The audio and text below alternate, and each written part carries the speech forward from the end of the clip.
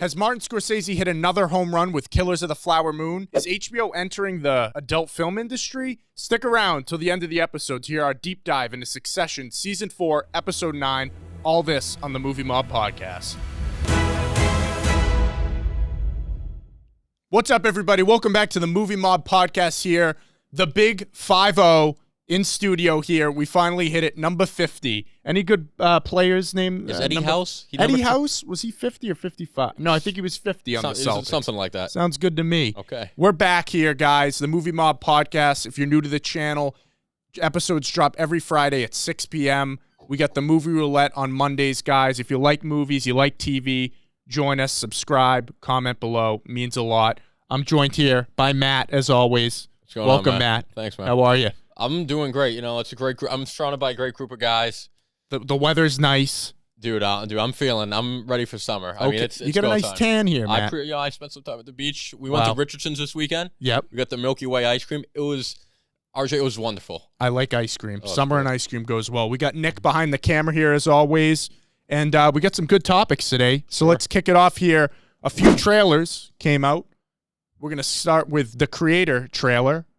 This is a new sci-fi film directed by Gareth Edwards. Now, Matt, do you know Gareth Edwards? Sounds familiar, but if you asked me to pick out one of his movies, I couldn't do it. Rogue One. Okay. Directed Rogue One, Good though movie. some people think he didn't. Oh, all right. And Godzilla, the reboot. I don't know if you watched that with Bryan Cranston. I heard bad things. It definitely got some mixed reviews there. But I feel like you don't go for the quality. You go to see Zilla. Exactly. You know what I mean? And the issue with that film is you don't see Godzilla. Oh, well, that's a problem. So that's why. But Gareth Edwards, he's a big sci-fi director. Obviously, Rogue One had a lot of production problems. Some people believe that Tony Gilroy actually directed the movie and reshot it. Oh, I never knew that. Nevertheless, he's got this new movie coming out. John David Washington starring in it, and we get a little. I had no idea this existed. No, neither did I. But it kind of looks like an interesting concept. It's like the future where AI has kind of taken over again. Very relevant, I think. And he finds the creator of this AI system, and it's a kid. And so then it's John David Washington has to take control of this kid and bring him to safety. I don't really know exactly. They didn't get into it too much, but visually it looks a lot like Rogue One. If you look at that trailer there, you would have thought it's a Star Wars movie. I agree, RJ. It looks a lot like Rogue One. I watched this trailer. Justin Loretti sent it to me. Yep. I don't like any of it. Okay. A lot of it is because these are my worst fears being realized. Yeah. I'm really scared of the robots. I'm really scared of AI. Yep. Everything. It really just freaks me out. I don't like it. Artificial intelligence. I just, some things we just leave alone. Yeah. You don't f with it. You know what I mean? You just let it be. And I feel like this is too much. I love John David Washington. Yeah. I think he's a really cool actor. He's kind of got that really calm, kind of cool. He's Ricky Jarrett from Ballers. He is Ricky Jarrett. He's awesome. Yeah. He's also the no-name protagonist in Tenet. There you go. Yeah. I don't know. He's cool, man. I really like him. He had some good lines in the trailer. The trailer was good. It was, but one thing I didn't like about the trailer, man, and I feel like, I don't know if you guys agree or not, I feel like you get this a lot nowadays. I think it gave away the whole movie. It did. It revealed who the creator was. I don't want to know that that's a big, I feel like that's a big reveal. We know it's the little kid. When it turned the chair, I was expecting the trailer to cut. Just cut. Yep. And then it showed I'm like, well, all right, that's a huge reveal. They're probably going to build up to that for an hour. Right. And now we just know.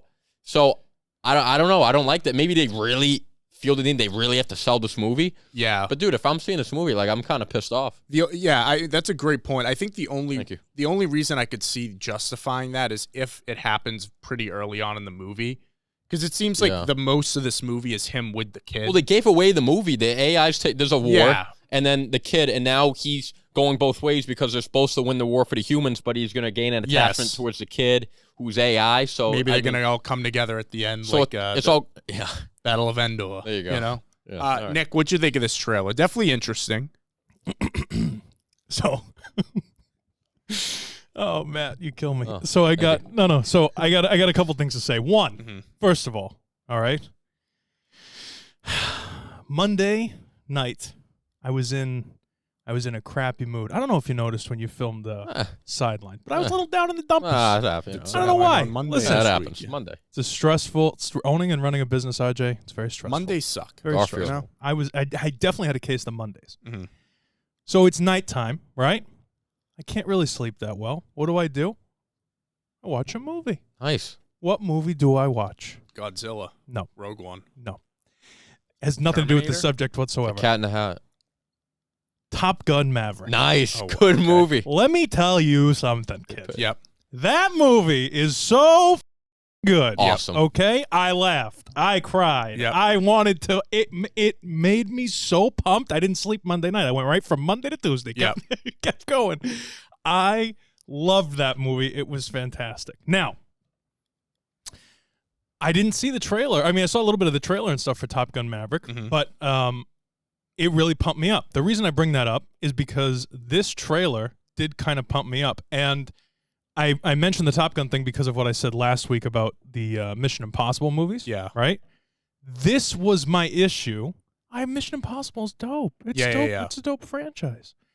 But if the main thing in the movie, like let's say, right, and we don't know in that Mission Impossible movie what the plot is, it's probably a mission that's very difficult that only Tom Cruise can do. Right. That's about right. Right. But if the main thing is that he has to jump off a cliff and land on this one thing that nobody else can do, we've already seen it happen. That's all I'm saying. Yeah. I totally agree with Matt that we already have the entire plot line of this movie. Now, I will say there are a couple shots in there with all the laser bullets and everything going around where I was like, this is like Star Wars. This is sick. I mean, it really does look like Star Wars, In like a sick way. Like I had that weird, like I felt a connection to it, and it's the Star Wars element to it.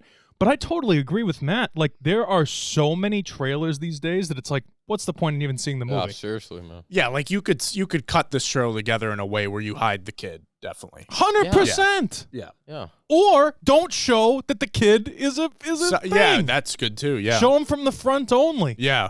Like what? I know. Yeah, that was so not I smart. I don't know, because like I think a big issue is like these 3-minute long trailers, like you said, give away too much. I think the next trailer we're going to talk about is a perfect example about like not giving away a lot. But with this, it's like I wonder if they tried to really tell you what the movie was, because Gareth Edwards isn't a big name director.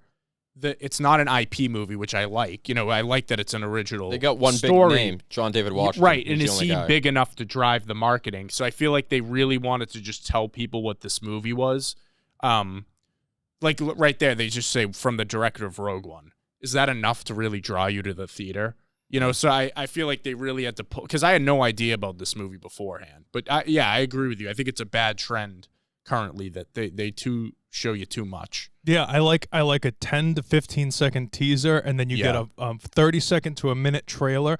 These 3-5-minute trailer, or even worse. And some movies do this. They didn't do this here, but I'm just saying, when they'll show you like the first 10 minutes of a movie to get you excited to go see. Listen. Yeah. Just give me 30 seconds. If you can't tell me, and I tell you this all the time when you're writing scripts and stuff, I go, what's the movie about? If you can't tell me in one sentence, it's about a guy whose dog died and his wife ran away. Will he ever recover from the pain and loss? If you can't tell me what the movie's about in one sentence or 2 sentences, you don't have a story. You're rambling. It's bullshit. So, like, why do we need to have 3 minutes give the whole thing away? You know, why am I going to go pay money now to see this in theaters is all I'm saying. It's like a girl, you know, giving it all away on the first date. Okay. Exactly. You know, build some intrigue. Let us wait a little bit. Let it show us a little. A tease. Give us a tease. Let it build. Build some of that mystery, some of that. You know, don't give it away in the first. You lose some of the. Yeah, there's no seduction. Yeah. I don't feel drawn into it. I just feel like it was. Yeah. You know, pornographic. Yeah. Sure. You know what I mean? Like it's all away right away. Yeah. I mean, all those things aside, though, I will say it does feel good to have a new movie coming out, big budget, not a sequel or a remake or anything. You know what I'm saying? Like an original sci-fi movie. I hope this is good. I don't think it's going to make any money. Really? It's probably going to bomb. Can I ask you a question? Sorry, real quick. Did either of you like Tenet or no? No, I don't like Tenet. I liked how it looked, but I have no idea what happened. Yeah. So obviously, because I saw the guy, right? I thought that like I felt like it's the guy from Tenet, and like I watched Tenet, and I liked the look of it too. And it's weird. It's difficult to follow. There's no characters in Tenet. They're just people. Yeah, you know? I don't know. It was it was like way. The sound was weird. I don't know. Yeah, dude, I was thinking like, what if this is the next like Star Wars? What if it's kind of cool? What if this becomes? I mean, like listen, they're riding on the Rogue One thing. You know what I'm saying? I hope the robots get like we nuke them in this movie. Yeah, I hope they get slaughtered. I want the robots better lose. Yeah, I just hope I hope there's a decent twist or something in there because we've seen this with Will Smith already. And what was it called? That movie that came out in the 90s? I Am Legend. No, that he was the last. I get what you're saying. iRobot. That's the one. We already saw it there. The Terminator is. We'll talk about a great twist. Roulette. Yeah, he's literally like It's about when robots take over in the future and they come back in time. Like, this is an ongoing thing. That's a good point, though. Like, they could have a bigger twist in store that they felt safe enough to reveal this one. Could be possible. You know, we'll see. But I'm not, listen, no argument to Matt whatsoever. Yeah. I totally agree with everything you said. I mean, I liked it. I mean, this is either going to get like a 92% on Rotten Tomatoes or like a 12. Yeah, there's no in between on this movie. It's either going to be really good or really bad. I got issues alone with Rotten Tomatoes, but that's of course. But let's get into this next trailer, which we'd have the Rotten Tomatoes score for this one already. Oh, don't tell me. Don't tell me. You don't want to hear it? Actually, go ahead. It's very good, Matt.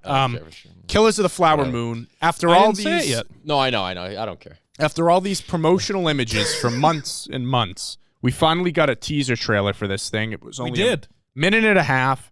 Perfect length. Yep. Did not tell me a lot about the story. Just enough. I'm in. I'm not going to watch another trailer for this movie. I'm already in.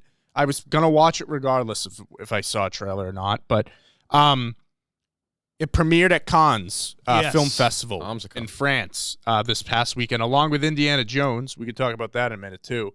But yeah, Killers of the Flower Moon premiered, and it's got rave reviews. I haven't heard a bad thing about it. It's currently sitting at a 95% on Rotten Tomatoes.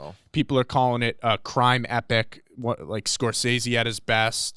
Leo DiCaprio. DiCaprio and Lily Gladstone, who's the female lead, have been, they're saying, just incredible performances all around there. 9-minute standing ovation. The standing ovation things at Cannes are really just stupid. Across the board. The Idol. Any film, who gives a shit how long they clap for? Right. The Idol got 5 minutes, and we're about to talk about that. What was it? The fat guy movie? Oh, Whale. The Whale. The Whale. Right. Yeah. They got 18-minute standing ovation. Who's timing that? That's what I'm saying. Who sits there and go, ready, and I have a go. hard time. Like, is that real? Like, do they really do that for 9 minutes? I'd get mad. I'd sit down. I mean, I'm not going to clap for 9 minutes. Protest on that.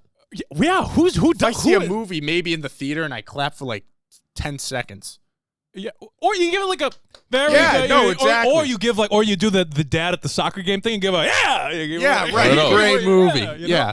But like 9 like this for 9 minutes, you know what I mean? No way, man. Jesus Christ! I mean, regardless of that, great reviews. Are we surprised? I don't think so. Matt, did you watch this trailer? Yeah, what did you think of this? We watched it. We watched it at RJ's house with Christian before we got ice cream. I remember there was so much. I wasn't there. Go ahead. Yeah. It was it was a nice Milky Way ice cream, very good. Anyway, Richardson. No, dude, like because I told you like this time setting didn't really appeal me, but dude, this trailer looks so good. So good. Like they cut it. It was fast. Wham, bam, here you go. It looked really good. He cuts a good trailer. I mean, like you said, no one's surprised, dude. It's Leo, it's De Niro, it's Scorsese, and I don't know. I feel like this movie. It's different, you know what I mean? I feel like there's going to be some twists and turns, like, I don't know, this time ever. So, I mean, I'm in. I mean, we talked about it last week of how you said, not in a bad way, but it doesn't feel like a story that Martin Scorsese would tell. Yeah. That's a little different. I actually saw one of the reviews is talking about it's a Scorsese movie you've never seen before. Interesting. Which I think is really cool. At this stage in his career, to have something new like that is great. But yeah, I mean, the trailer looked great visually, everything across the board. What'd you think, Nick? This is going to be an awesome film. If it's not, this was whoever. Okay, if it's a shitty movie, right? Then whoever cut this trailer together deserves an Oscar. Yeah, because it looks so good. Mm-hmm. Like it's, and it's not all CG. It's not all bullshit. Like it looks. Yeah. Oh, dude, it makes you want to make movies, man. It makes you want to get on set and start making some stuff. It's so cool, dude. This to me, dope. After seeing just going off trailers and the hype and all the talk around two movies in particular, Killers of the Flower Moon and Oppenheimer, that screams to me those might be the two best picture racers when we get to February. I really hope it is. I hope they are. Mario. Yeah. Mario. Throw Mario in there. I don't know. It looks amazing. I mean, I almost bought the book after watching this. I was so in. You know, I mean, but I think I'm gonna stray away from it. Well, don't you want to be surprised when you watch? That's what I'm thinking. I'm just gonna watch when it. you want to consume more content Then after I do the the fact, book. then you read the book. Now, I do have a bone to pick with Rotten Tomatoes in general. Nothing against the film or this trailer at all. So this film has a 95% rating on Rotten Tomatoes right now, and but Rotten Tomatoes it's a stupid system. They're kind of a crappy system. Yeah. They're kind of crappy. Like I never really go by their scoring. No, yeah. And there have been multiple films in the past that have had high scores on Rotten Tomatoes, and then they're really crappy films. I look more at the audience score on their website. Yeah, exactly. So I mean, it's Marty. I think it's great. People are saying this is Leonardo. People are saying that this is a career-defining performance from Leo DiCaprio. That accent was any tell. I don't think so. Why do you say that? I don't know. It was a little goofy. Maybe it's a goofy area. Maybe he's from, the outside. No, I don't know. You're not beating Wolf of Wall Street, Departed. You're not beating that. I don't know. Yeah. I like it Once Upon a Time. Prove me wrong. Yeah, Once Upon a Time. Did you see when he's crying Rick with Dalton the girl? dead. Yeah. Oh, Yeah. we should mention that too. What's his name? Quentin announced it. Rick Dalton died, and RJ sent me a link that says that Rick Dalton died, and it just said 19 whatever to 2023, but it's a picture of Leo DiCaprio. So it's when I saw like 2 dates in Leo DiCaprio, I almost cried. Yeah, that would have been. I was like, what? Yeah. Like what? And then I clicked it, and I was like, you asshole. So I will say though do either of you seen / do you like Dances with Wolves? I haven't seen that. That's one on my list, but that's what James Cameron ripped off for Avatar. Oh, supposedly. Is that what that is? Yeah. Interesting. Okay. That's what people say. I like Dances with Wolves. I like I've said this to a million different people on a bunch of separate occasions. I've been on a lot of vacations in my life. My favorite place that I've ever gone or traveled to was Yellowstone National Park. It's beautiful. It looks like a painting. This is I like this cowboys and Indians kind of setting. Westerns, love Western films, stuff like that. And just this, I was nervous that this would be not in that realm just because of like what it's supposed to be. But then watching this trailer and seeing those Native Americans out in the field and it just looks so good. I'm very pumped about it. I'm very pumped about while it. we're on the topic of cons and Rotten Tomatoes, though, I won't tell you the rating. Just we'll save that for Matt. You could look it up yourself. But Indiana Jones premiered at cons too. Very interesting. I heard it did bad. Not great. Yeah. Also, though, if we're looking at this, I get that they want it. It's Harrison Ford's last run as the character. Like they wanted to premiere it at a big festival. Is the cons crowd the Indiana Jones crowd is what I'm wondering, because there's only 38 reviews out on Rotten Tomatoes for that. You know what I'm saying? And they're all people from cons, and is like, I don't think that's the demographic that loves it, the Indiana Jones franchise. So I feel like it's a little too early to pass judgment. I don't trust others. Yes. Because I know a lot of, I work with a lot of people. I see a lot of people on a daily basis. Yeah. And, a lot of them are idiots. Yeah. I'm not going to name names. A lot of stupid people out there. So if this movie sucks, I bet the movie's good. This movie's good. I bet it sucks. I don't trust them. I will say that the cons this year specifically, because of the writer's strike, is having an extraordinary year with regard to content. Yeah. So what I mean by that is Netflix, HBO, they are buying things that are already made. Yeah. Like if you're in Cannes Film Festival right now, if you made it in, you're selling something, which is fantastic. And the reason you're selling something is because there's no content being made by these studios right now. They're desperate. Yeah. So exactly. So with that being said, they're going to I don't know how lobbying works in the film industry necessarily, but if you're normally looking, remember we were looking for that guy in Boston with the guy with the ponytail, we got to talk to him about Cadillac. we gotta introduce it. Yeah. You don't need to that guy is looking for you at these events. There's little places to go for that stuff. 100%. You're being sought out. These people are going. They're sending everybody to cons to see this stuff. I will say with regard to Indiana Jones though, that everyone is raving about how good the de-aging looks. For a couple of scenes, we saw a little flashback glimpse scenes of in the trailer. Yeah, exactly. But I think it's really cool. I mentioned this to you in text. I think it's really cool that in movies like The Irishman, it wasn't great, the de-aging. But had Marty never started that trend, we wouldn't have they wouldn't have started the technology to to a degree do this though, de-aging. because this is deep. This is more of a deep fake. de-age. Either way, though. Yeah. Either Versus way. that one, he had a whole thing with like 5 cameras going. 3 cameras. And it still looked Infrared. like shit, you know? But it had never really been done before. That's all I mean. Yeah. That's literally. I'm not justifying the look of it. I'm saying that had he never done the shitty version, we wouldn't have a baseline to create a better version. Yeah. That's all I mean. Yeah. And Tarkin too in Rogue One was like the first time they did that. Yes. Yeah. And in Blade Runner 2049, they brought that robot chick Oh, back. that looked phenomenal. That looked and a lot of really, it has really to do good. with the lighting too. Yeah. when The you're lighting, doing that. but also the company that does the special effects. If they're ILM time, or whoever it is yeah. that does it, if they have the time, the budget, the resources to get it done, you're gonna Yeah. have something good. Mhm. I'm still pumped for Indiana Jones. I think it'll be a good. I'd see it if it was 5%. This is my point. I love Indiana right? Jones, so I'll see it just the shit on it. I So don't yes, care. you Yeah. do have to take the cons crowd with a little bit of a grain of salt. Yeah. And this, by the way, last thing I'll say about this, since you asked about the cons crowd and everything, this is why I'm not a big fan of like the. I like being an independent producer. I like being an independent film company and not like one of these Warner Bros. Execs, because no one will ever tell you if you're like they're gonna give Marty the 9-minute standing ovation because it's Marty. Right? Yeah, If there's a Marty lot made a that goes shitty into it. movie, he's still getting a 9-minute standing ovation. Right. So like it's this like when you say is it the crowd? No, the common like normal human being is the crowd for Indiana Jones. These are like a bunch of film people Yeah. that are like, oh, this is fantastic, really well done, and it's like annoying. You know? Well, what you I know mean? what got a Wait. 5-minute standing? What were you just gonna say, Matt? It's in France. Yeah, France. There you go. There you go. Yeah, Cannes, France. Yeah. Yeah. You know what got a 5-minute standing ovation, Nick? The first 2 episodes of The Idol, Oh yeah. which is the next show following Succession, following one of the greatest shows of all time. How are they gonna follow that up? But Matt, you're gonna watch this. You're revving up. There's a lot of controversy. I read a little bit about this, but I had been hearing stuff. Toxicity on set, content. I read a description of some of the stuff that happens in the first 2 episodes, and I won't be tuning into this one. Really, you're not gonna watch I'm it? not gonna watch this. I don't like Sam Levinson. I think he's a creep. I don't watch Euphoria. Oh, see, I love you. Love Euphoria. Yeah, I don't know. Good show. Well, he said that this is in the same universe. They're connected. One of the characters. Do is gonna you like cross Sydney over. Sweeney, Matt?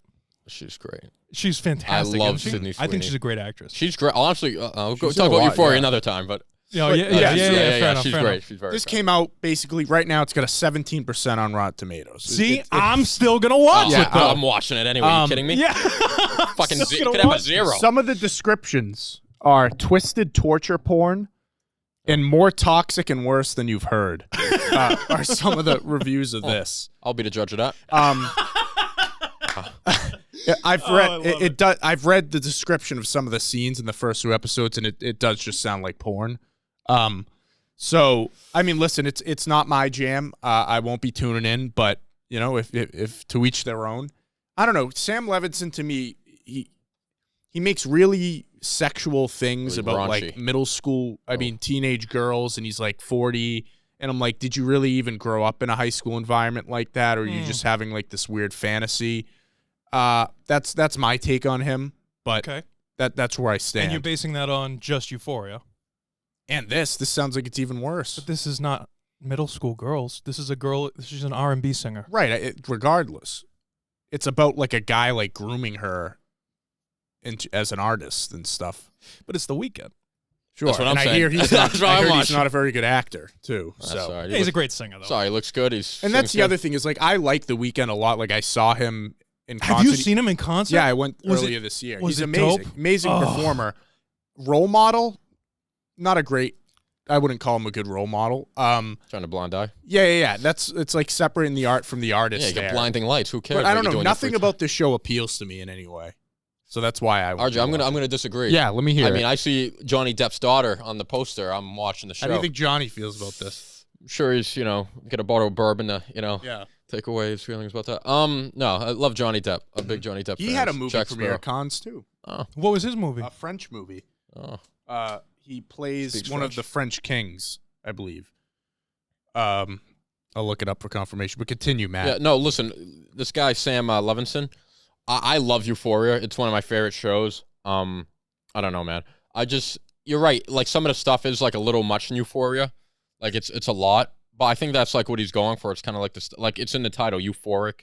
Yep. And like I think some of the concepts and like things he does are like real and happen, but like obviously it's dramatized for like TV like times 1,000. That's what I think his thing is. He just like takes like things that happen, multiplies it by 100, turns the volume up. Yeah, like all the way up and then some. Yeah. I mean, dude, twisted torture porn talk, doesn't sound great. I'll be the judge of that. Yeah. We'll see. But dude, I love The Weeknd. I haven't seen him act. I mean, we'll see. And his dog, I don't know, dude. I feel like the people they got for this show, the concept I think is interesting, like a cult leader. It's almost like a darker take on A Star Is Born. Yeah, it's like very dark. I don't know. It's raunchy. It's HBO, man. It's glitzy. It's like Hollywood. I mean, I'm interested. Yeah, I guess where I'm coming from is following Succession.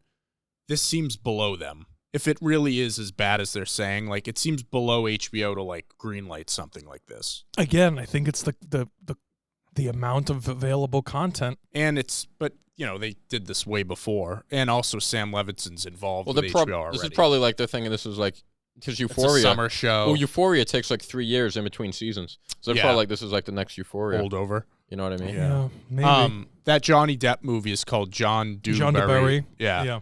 It's the lowest. 9%. It's the last one, the last ranking one on there on Cons critic score so far. So Cons, this is tweeted out by somebody who's at Cons right now.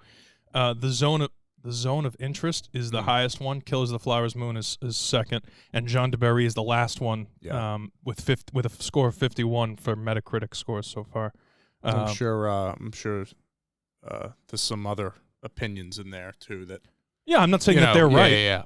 But that's where they're at right now. But yeah, no, I think that'll be interesting. I think, listen, the story is about a R&B singer who has crappy music, who's trying to like up her, whatever it is, and then someone tweets out a nasty photo of her, and The Weeknd says that it's no big deal, and you should own it and just play off of that. Just go in.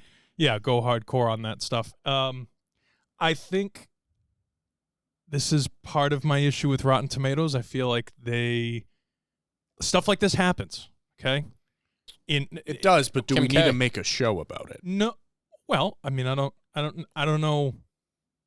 No, but do we silence people who want to make shows about it? I'm not silencing them. I'm just saying I'm not going to watch. No, and that's what I'm saying. So you don't have to. You might have to if we're gonna review it on there. I'll watch it. Watch. It'll end up being Matt'll be saying. So now our review, and RJ's gonna leave us now. Yeah, I'm gonna go watch Succession again. Yeah. No, but the what's it called? I think that just because it has a low score on Rotten Tomatoes doesn't mean that it's gonna be bad. If I like Euphoria, I'll definitely watch. I'll watch the first episode of this. It might just be a little too over the top. Euphoria, in some respects, is a little over the top with some stuff. But like, what? Let me bring something up, which I think connects this.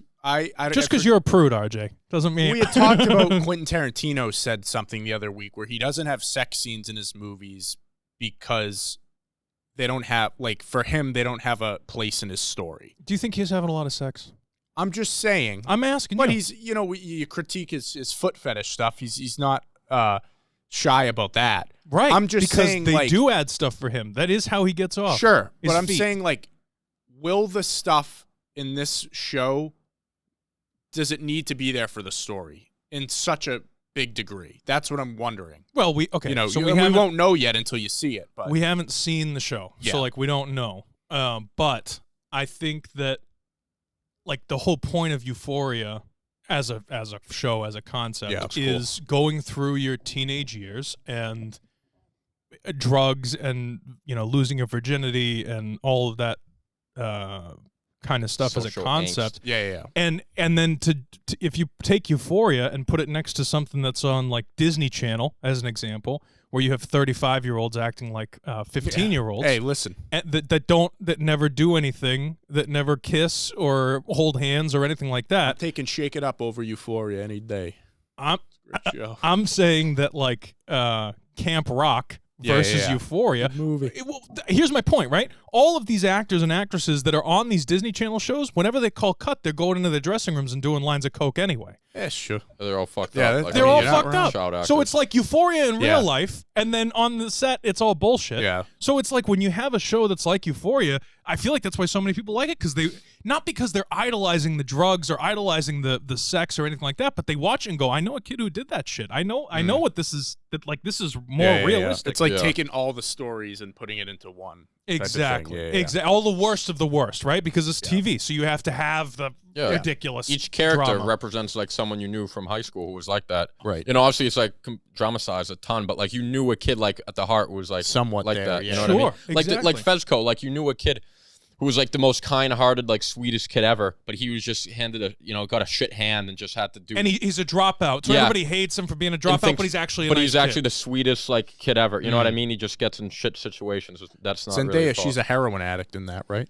Yeah, Rue. dude. You know any listen, heroin addicts? I've lost Yeah. like Yeah. at least 5 or 6 people that I was close with that were to heroin and stuff. It's a scary thing.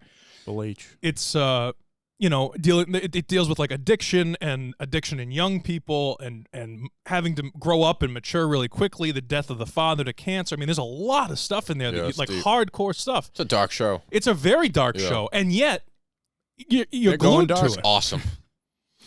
You're glued to it every week Yeah. because it's just very well written and it's very, very well acted, and It's awesome. it's a painting. I don't know. Like It looks everything- cool, too. It Yeah, looks I mean, fantastic. visually, yeah, It's The visually music, the beautiful. labyrinth music. Labyrinth. I mean, they got the Saw 'em in perfect Rome. guy. We did see him in Rome. There's some really cool stuff. Just for info, yeah. the actress who will be crossing over into the show is Alexis Demi.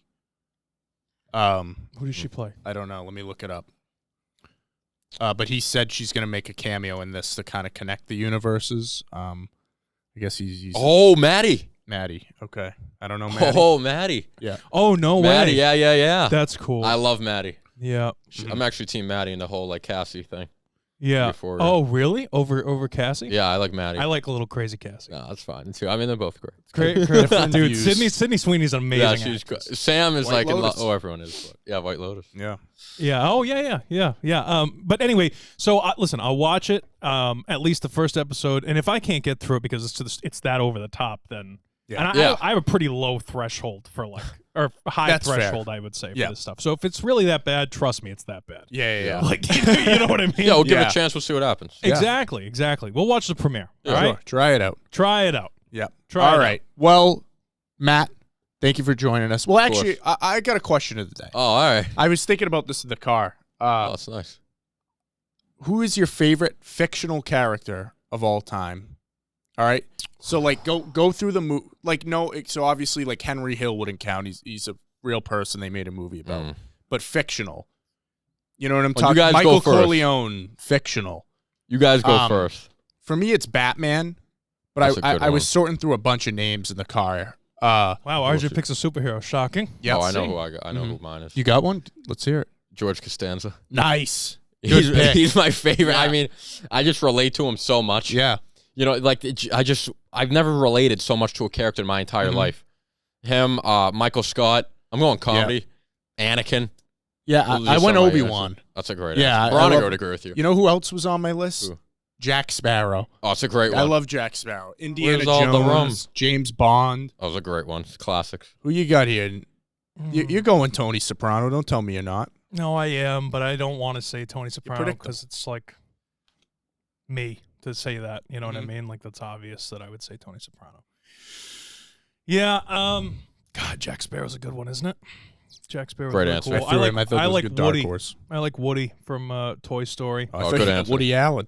No, he's probably one of the least favorite people in the world right Yeah, now. he's not Oh popular my nowadays. God! Oh, why Not would you popular say that? nowadays.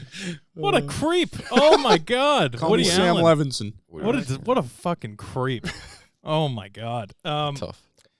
Yeah, Woody from Toy Story, or I like shit. Oh my Jamie Lannister. Jamie Lannister. Oh, Jamie. Jamie. Tot. Jamie Lannister. Jon Snow.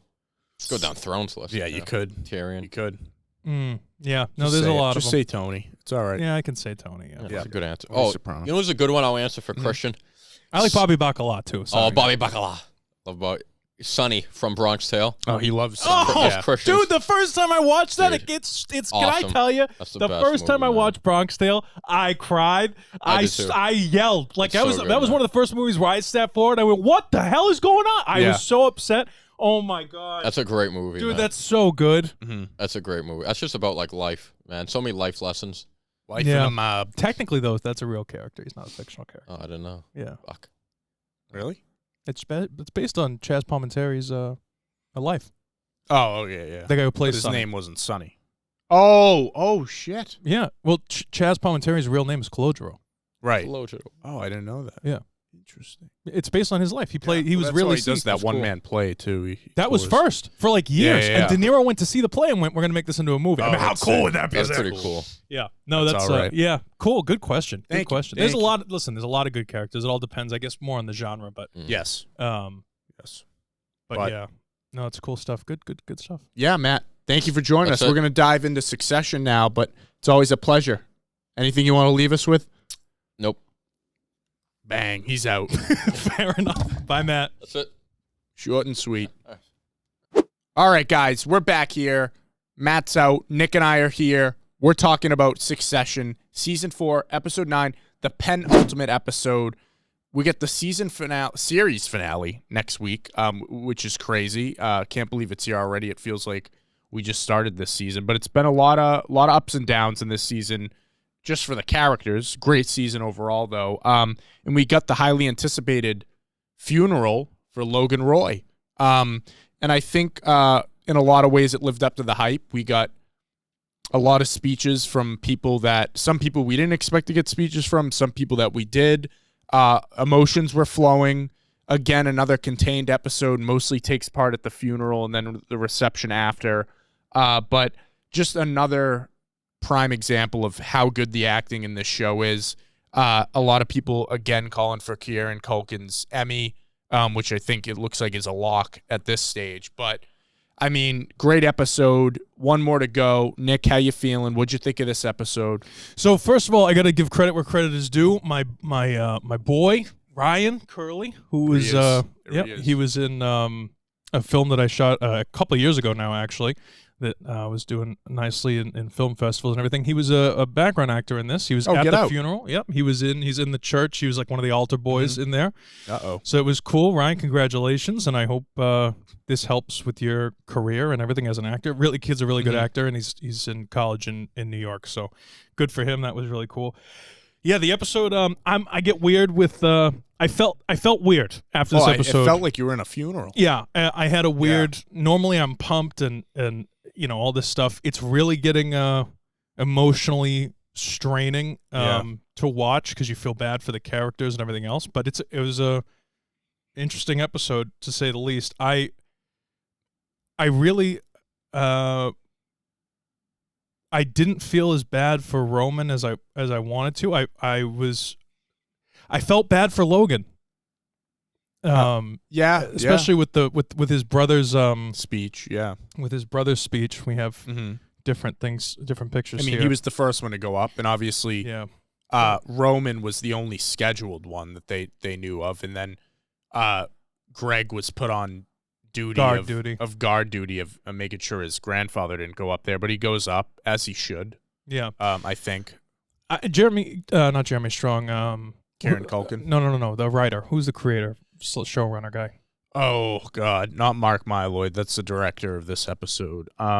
Jesse Armstrong. Jesse Armstrong. Jesse Armstrong said in the breakdown of the episode afterward, and he's in the podcast for HBO afterward too. He was like, it doesn't justify anything that Logan did or the way that he acted toward people, but he said that typically at funerals you do get some of these backstories from people that aren't really prevalent in your lives. Yeah.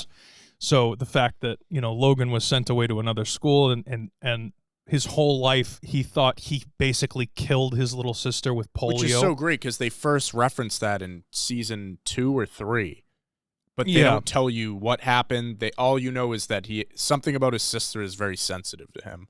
Yeah, but Yeah. it really shows I mean, you whenever you look at these people, and again, I'm not justifying murder and crimes and craziness out there, but whenever you have some hard ass out there, they're only like that because of their life and what they've gone through in their life. And it's a really difficult it's just a great prime example of you can't judge a book by its cover. And I think that I mean some of these kids are they're just rotten fucking But I think kids. like the Roy kids, how they turned out is also the same thing. It's a product of their environment. It's a reflection of Logan's treatment towards them as children, which is like a domino effect of how he was treated. You know, I think really this whole series has been diving deep into that idea of the trauma creating who these characters are. Yep. Before we get too much into the funeral stuff, Shiv did tell Roman and Kendall that she's pregnant in the car. I loved when she says she's pregnant and Roman says, "Is it mine?" I loved it. Great moment. Great moment. He's Never like, misses. another one? Never misses an opportunity. Which I thought was great. How did you feel just before we get into the funeral stuff? Just surface level crap. How did you feel about the fact that Rava once took the kids out of the city, like right before the funeral? I mean, if you were Kendall, what would you have done? I'd be mad. I think it was an overreaction on her part. I mean, just, go to the funeral and then stay in your house. Well, especially since nothing bad happened at the funeral. Right. Yeah, that too. They had police everywhere. Like, what? Yeah. I mean, it kind of, I felt bad for Kendall in that thing. Again, though, Kendall hasn't been the greatest father. We're going to talk about that, though, I think near the end of the episode where that's going. But, yeah, I mean, not a great look. Not a great feeling for Kendall. I definitely felt for him. And then, obviously, right after that scene, his assistant, Jess, is that her name? Yeah. Put in a resignation. Yeah. All seemingly because of his support for Mencken. Yeah. Yeah.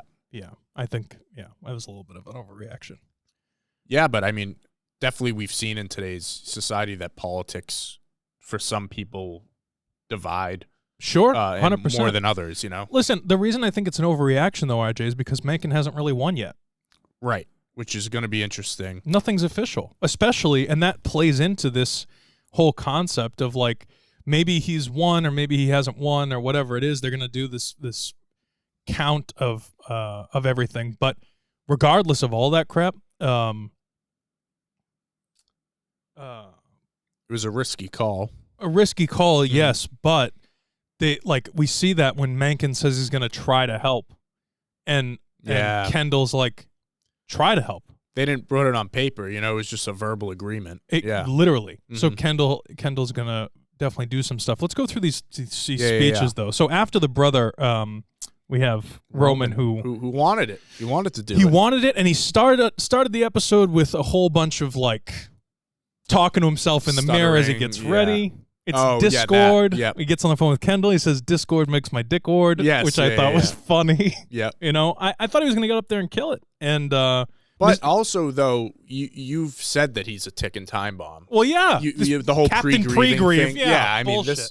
When you look back at it, this was easily foreshadowed there.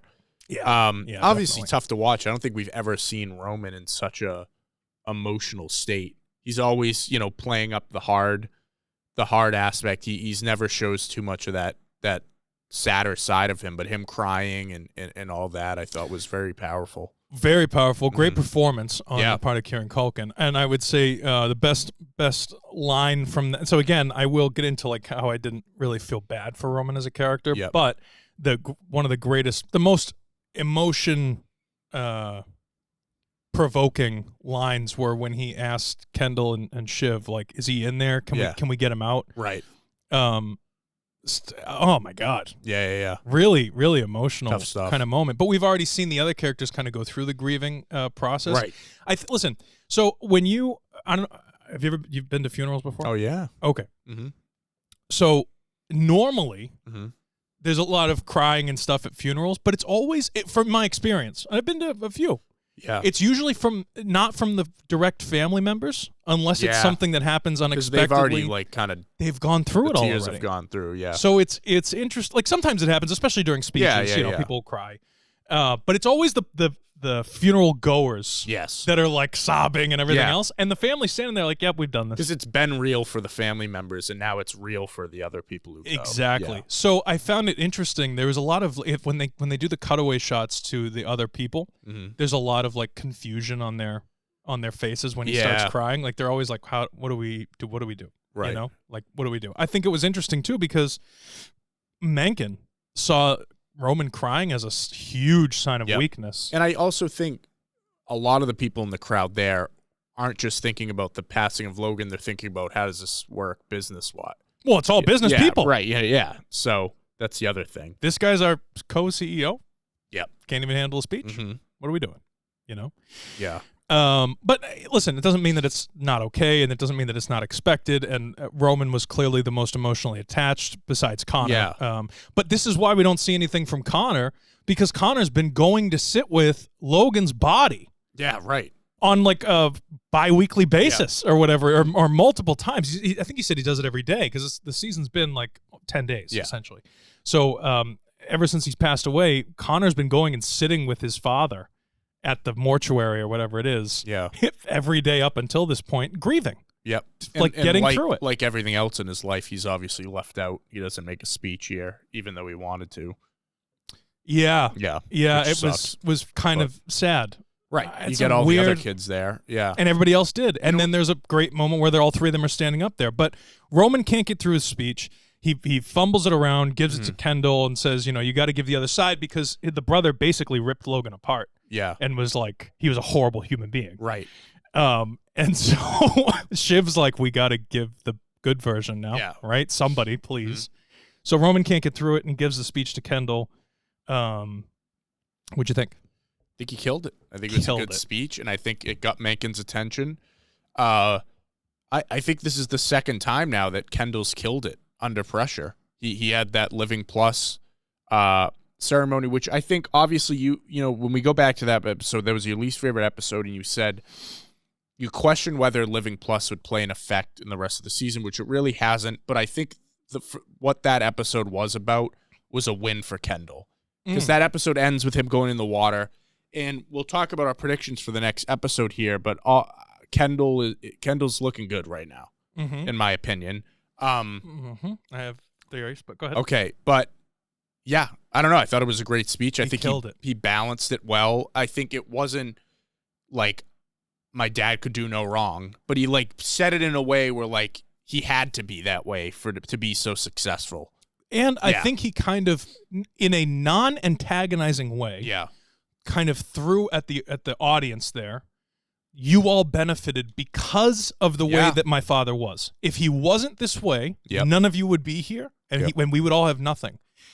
I also like that he got everybody to laugh at the funeral. Yes, that's key. When he has that line, he did this, he did this, he did this, and the money, and everybody kind of laughs because they've all benefited from all of Logan's trials and tribulations in life.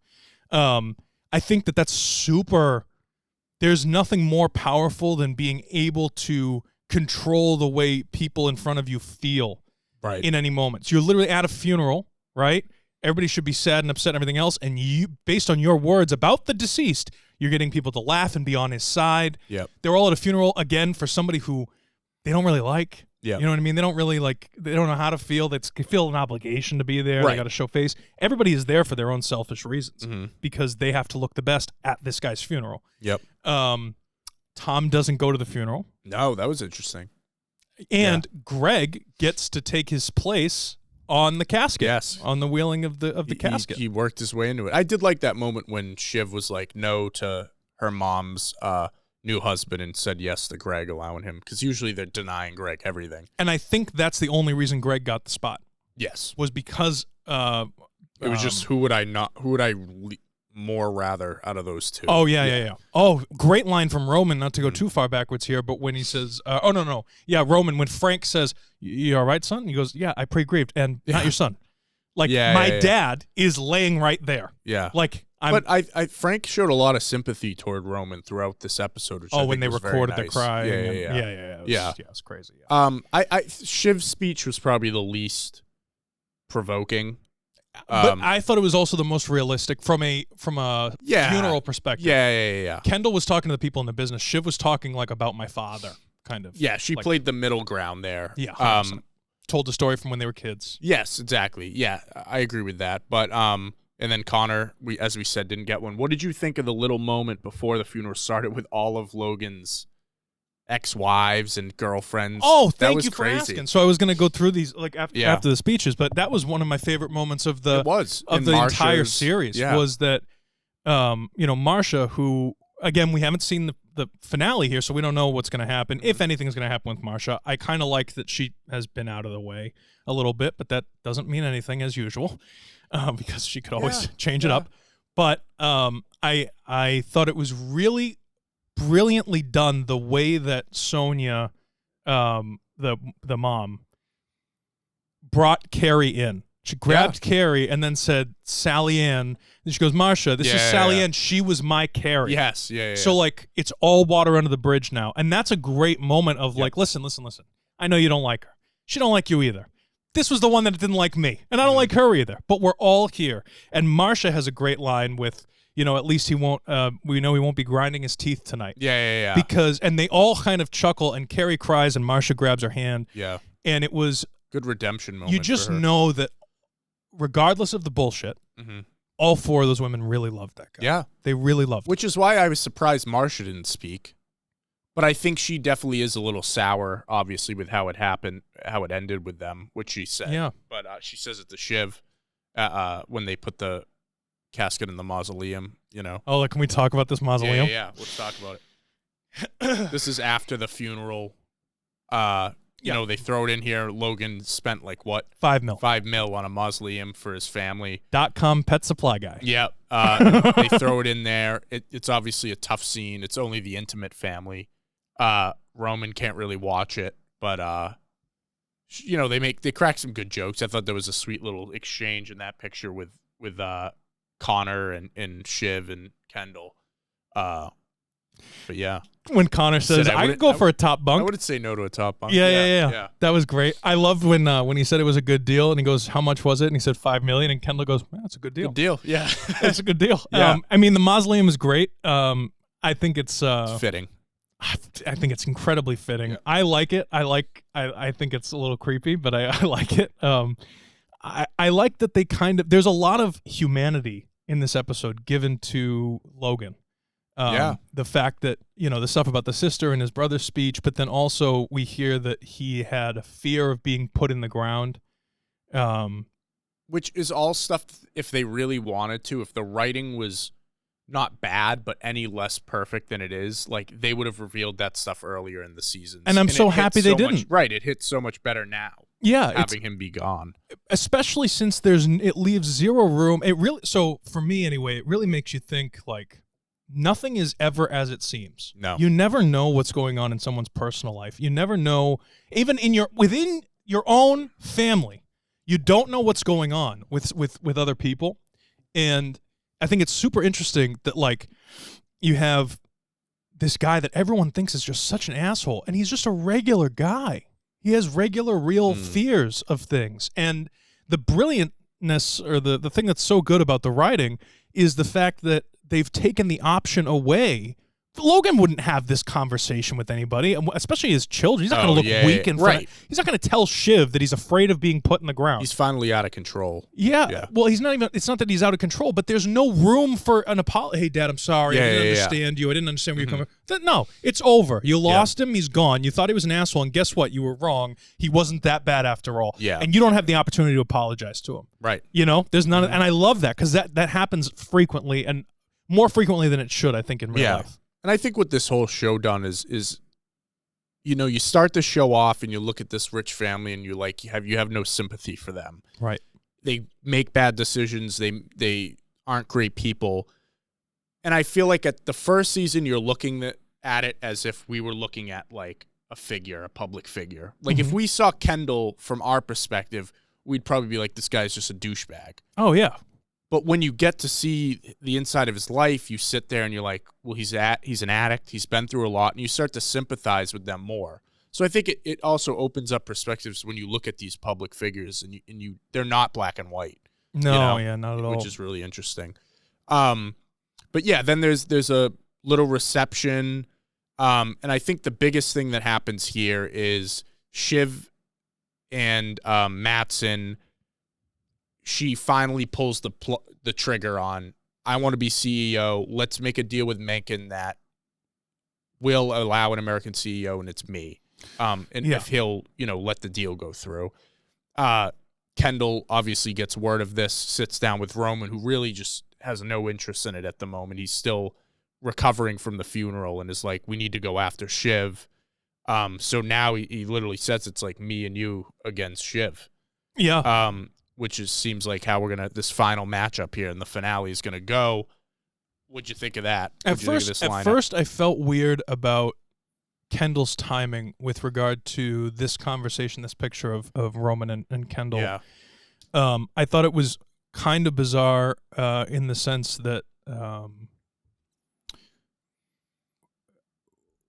you know that your brother's going through this emotional moment. How could you sit there and tell him that he messed everything up, basically, with regard to, Mencken and the funeral? And he says you fucked it. In a funny way, though, he was kind of Logan. Like no.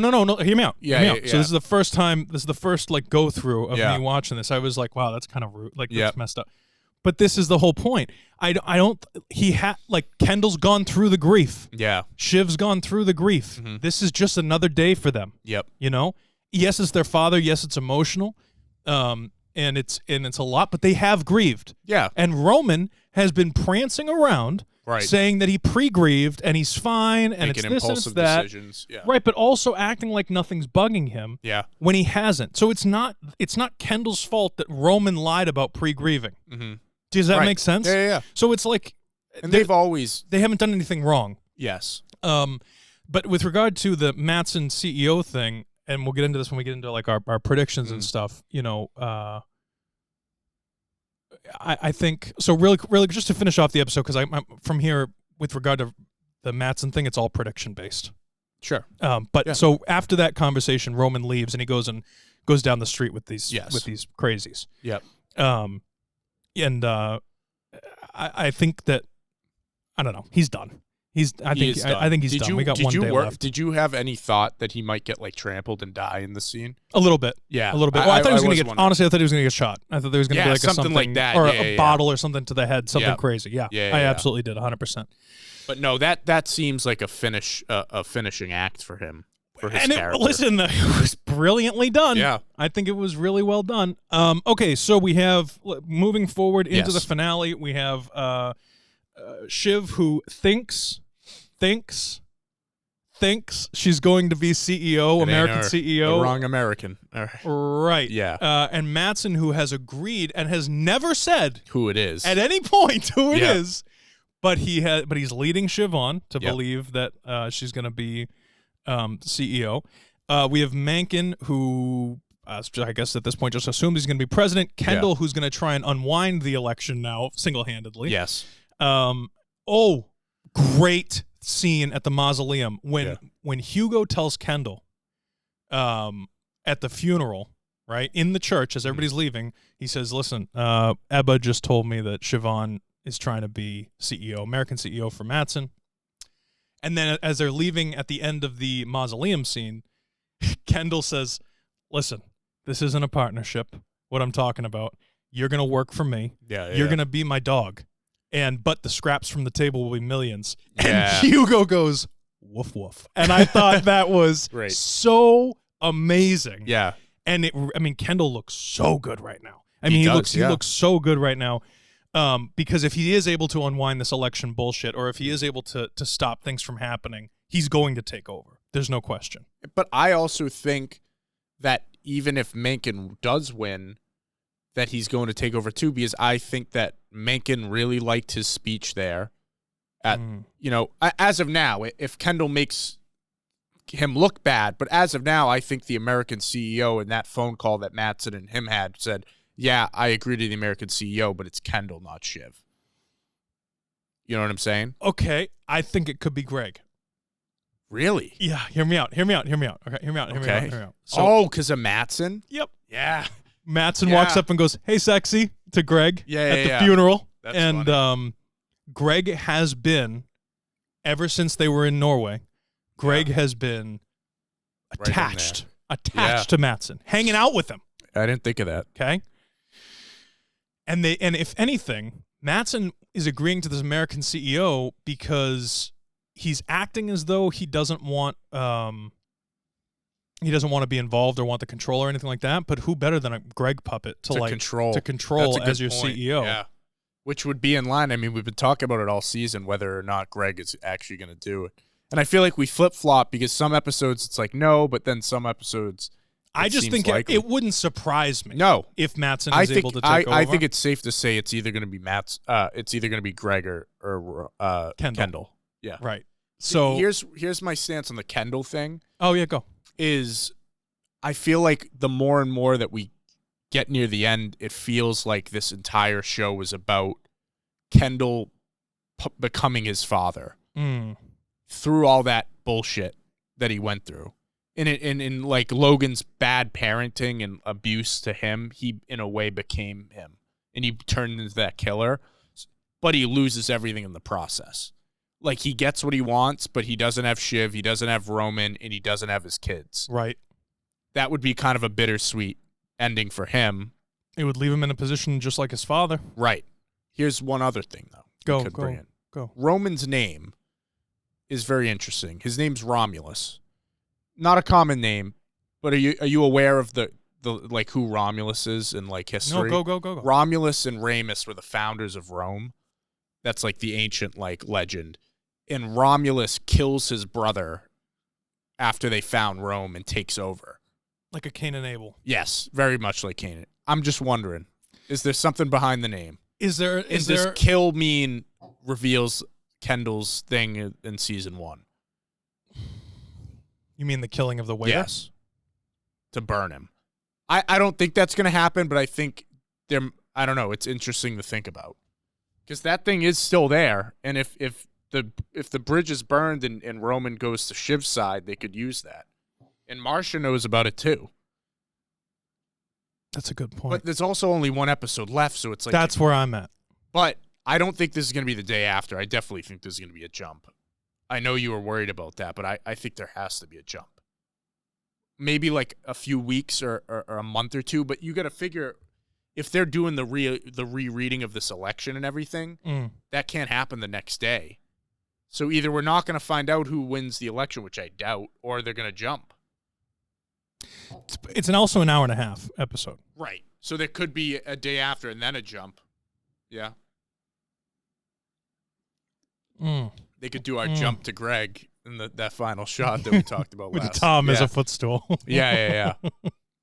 That would be funny. I don't know. What do you think? So if you had to put your money on, who do you think? Oh, God, I don't know, dude. Yeah. I don't know. Whoever I say is going to be wrong. I'm a horrible gambler. I actually saw something, an interview with, I think it was Jesse Armstrong or Mark Mylod, said that they've teased who the person is going to be through a shot that they use every season to shoot this particular person.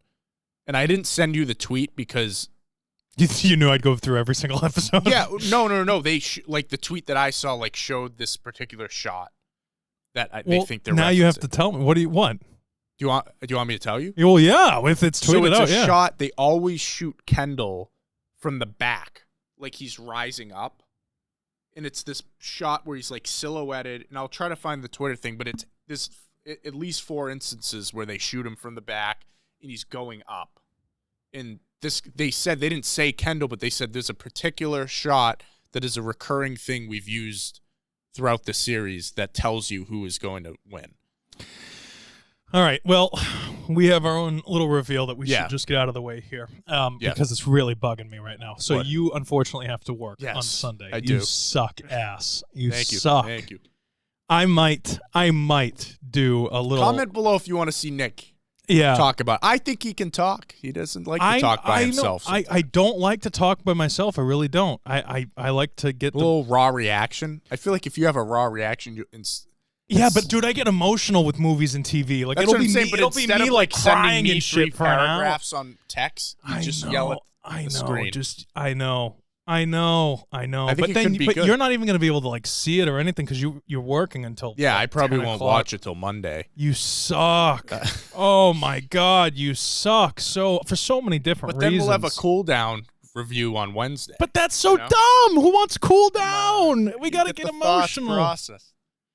I might do a live. I might do a think you live should. right after. I might have. We might do like a special guest. Have somebody here just so Andrew Gilligan. Jesse Somebody. Armstrong on. Yeah, we'll just call up Jesse Armstrong. I'll Yeah. call Kieran. He'll sit in the chair on his head. Yeah. He'll do something. Oh my God, RJ. All right, who do you think? You think it's gonna be Kendall in the end? I think it's going to be Kendall, but your idea about Greg is very intriguing. Yeah, I mean, I don't realistically think it's gonna be Greg. I think that if it is, it would be a great twist. I don't know. I don't know. I think it's great. We don't know. I know. I will say that tweet though that I saw in the interview is very interesting in terms of it leading to Kendall. But who would you don't get emotional about this shit, which really pisses me off. But that's okay. That's a whole other story.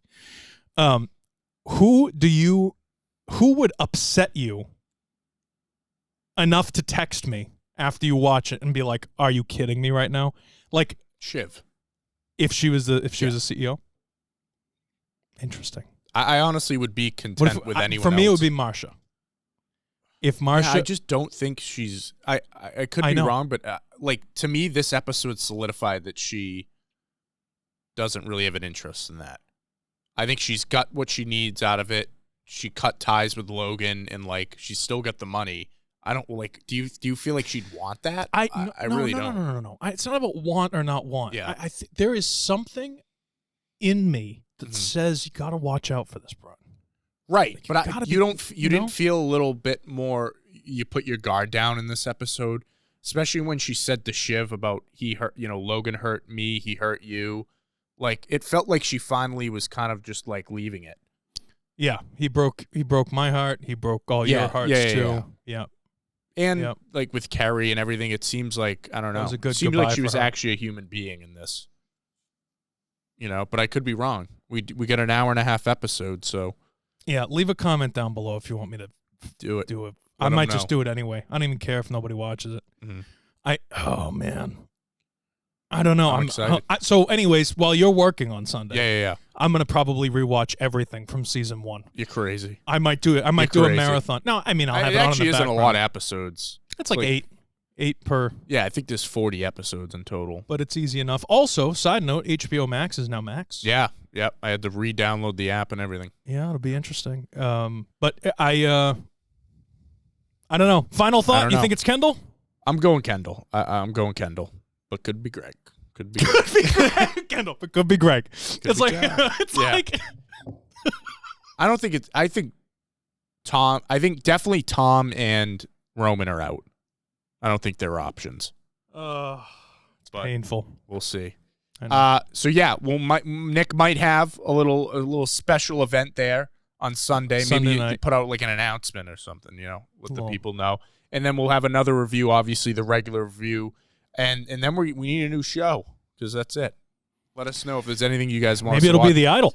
Oh, jeez. Maybe. We'll see how it goes. But guys, thank you for watching. As always, the Movie Mob podcast drops Fridays at 6 p.m. Guys, Movie Roulette drops on Mondays if you want to see some movie reviews separate from this. Always like, subscribe. It helps out the channel, guys. Leave a comment down below what you thought of all the things we talk about today, and ask us some questions. We'll answer it next week. And leave your thoughts below. Who's gonna I know we only this drops on Friday, so we only have 48 hours till the final, finale. But who's gonna win? Who's gonna win? Who's gonna win? Who do you think? If anyone. Yeah. If anyone. Well, guys, we'll see you next week. Thanks for watching. How you doing?